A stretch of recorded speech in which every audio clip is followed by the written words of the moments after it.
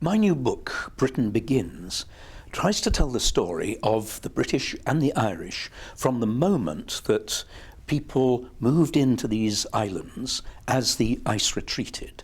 And it takes the story right up to the Norman conquest. So we're dealing with the first 10,000 years, really, of the story of the British.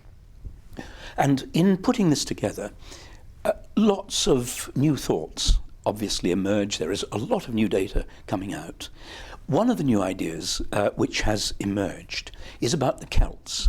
Now, our basic idea of the Celts, our traditional idea of the Celts, was based on a story put together in the beginning of the 18th century by an Oxford antiquarian.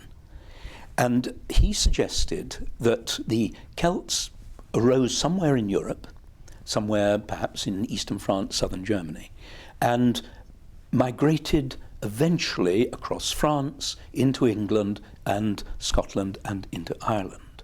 And that was the traditional story. It was the story I was brought up with when I studied my archaeology at Cambridge. What we are now seeing is, in fact, that the story was probably the reverse of that. That the Celts, or the Celtic language, very probably began in the Atlantic zone, the zone from Spain, Western France, Britain and Ireland. And that the language developed probably as a lingua franca by people who used the Atlantic seaways, and gradually that language spread into Europe by various processes, mainly along the river valleys. So that in fact our Welsh, our Scots, our Irish, Celtic speakers are not immigrants from Europe in the first millennium BC. They are local people, indigenous populations, who have been speaking the same language as their ancestors deep back in time.